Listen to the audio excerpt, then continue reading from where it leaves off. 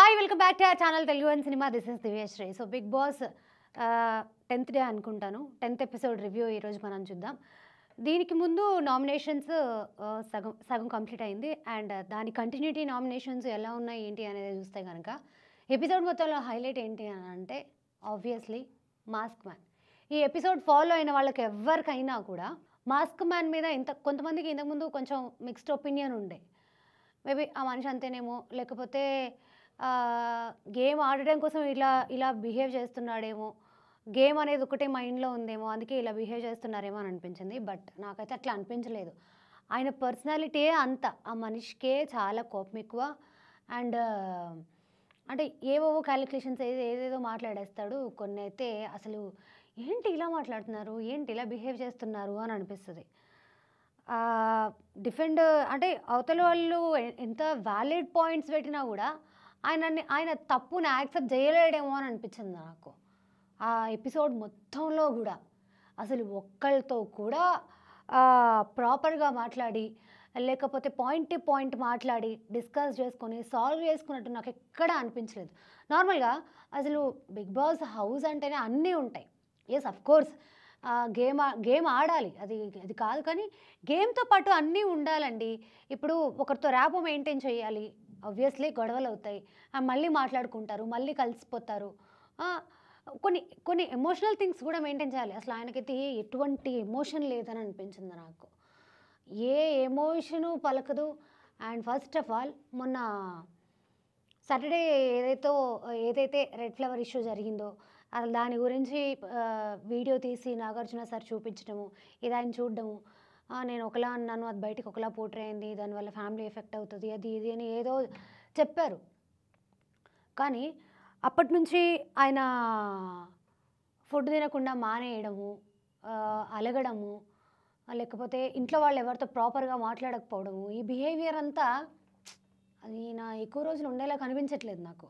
House మేట్స్లో commoners అంతా కూడా ఇదొక్క పాయింట్నే highlight చేస్తూ కిచెన్కి సంబంధించిన పాయింట్స్ కొన్ని చెప్తూ, కొన్ని నాకు ఏమనిపించి అంత వ్యాలిడ్ పాయింట్స్ అని పెద్ద పాయింట్స్ ఏం పెట్టలేదు వాళ్ళు. నామినేట్ చేయడానికి ఇంకా చాలా రీజన్స్ ఉన్నాయని అనిపించింది నాకు. సో ఏదో చిన్న చిన్న రీజన్సే, అదేం పెద్ద రీజన్ కాదని అనిపించింది. బట్ ఏదైతే ఈ గుడ్డు గురించి డిస్కషన్ అయిందో దీనికి ముందు వీక్లో, దాని గురించి మాత్రం గట్టిగా అది కామనర్స్ పెట్టుకొని ఈయన వల్లే ఇంత ఇష్యూ అవ్వడానికి కారణం ఈయన వల్లే అని చెప్పి అదొక మైండ్లో పెట్టుకొని ఈ కామనర్స్ అంతా కూడా భరణి గారిని టార్గెట్ చేసి వచ్చిన వాళ్ళందరూ వరుసగా భరణి గారిని టార్గెట్ చేసి ఆయననే నామినేట్ చేశారు. అండ్ భరణి గారిని నామినేట్ చేసినప్పుడు చెప్పే రీజన్స్ ఎవరికైనా కరెక్ట్ అనిపిస్తే కింద కమెంట్ చేసి చెప్పండి నాకు. ఫస్ట్ వచ్చేసి రాము వచ్చి పవన్ కళ్యాణ్ని నామినేట్ చేశారు. ఆయన అది నాకు అంత పెద్ద రీజన్ ఏమనిపించలేదు, అంత గట్టి రీజన్ అని ఏమనిపించలేదు. ఆయన వచ్చి మీకు నాకు వైప్ మ్యాచ్ అవ్వట్లేదు, ర్యాపో కుదరట్లేదు అని ఏదో చెప్పారు. బట్ ఇక్కడ అదంత వ్యాలిడ్ పాయింట్ కాదు. ఇంకా వేరే రీజన్స్ ఏదైనా చెప్పొచ్చు, లేకపోతే ఇంకెవరినైనా నామినేట్ చేయొచ్చు. నాకు అదంత పెద్ద రీజన్ అని ఏమనిపించలేదు. ఓకే, దానికి కూడా పవన్ కళ్యాణ్ బాగానే డిఫెండ్ చేసుకున్నారు. ఆయన కొన్ని పాయింట్లు బాగానే మాట్లాడారు. అండ్ నెక్స్ట్ వచ్చేసి హరీష్ గారిని నామినేట్ చేశారు రాము.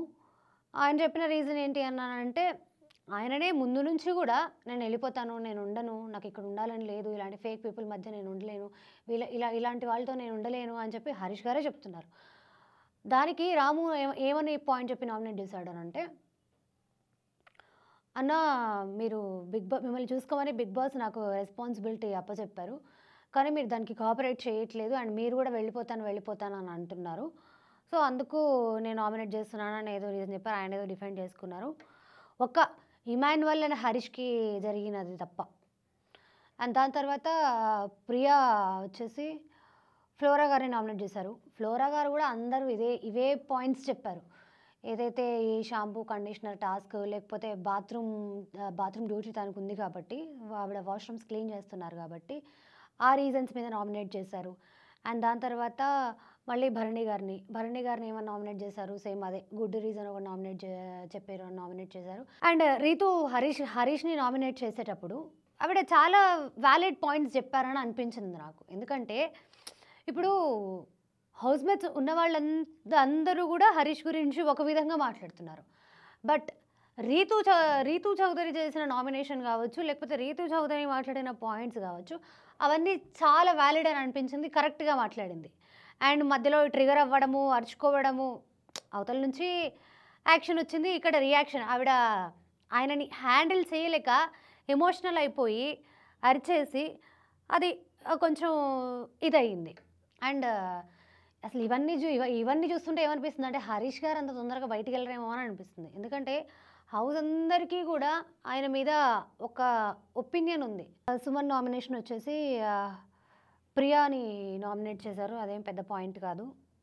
అంటే ఆవిడ పాయింట్ ఆఫ్ అంటే అన్న నువ్వు హౌస్‌లో దొంగతనాలు జరుగుతున్నాయి కాబట్టి, అన్న మీరు తీశారా? అన్న మీరు తీశారా? అని నన్ను 4, 5 సార్లు అడిగారు. దానివల్ల నేను బాధపడ్డాను.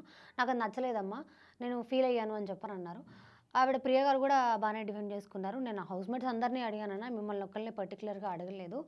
హౌస్‌లో ఉన్నప్పుడు అందరిని అడుగుతారు. అలాగే నేను మిమ్మల్ని అడిగాను. పర్టిక్యులర్‌గా మిమ్మల్ని ఒక్కళ్ళనే వచ్చి నేను అడగలేదు అని చెప్పారు. నాకదేం అంత పెద్ద రీజన్ అని అనిపించలేదు. ఆయన ఇంకెవరినైనా నామినేట్ చేసి ఉండాల్సిందని అనిపించింది. దాని తర్వాత డిమోన్ పవన్ వచ్చేసి ఫ్లోరా గారిని నామినేట్ చేశారు.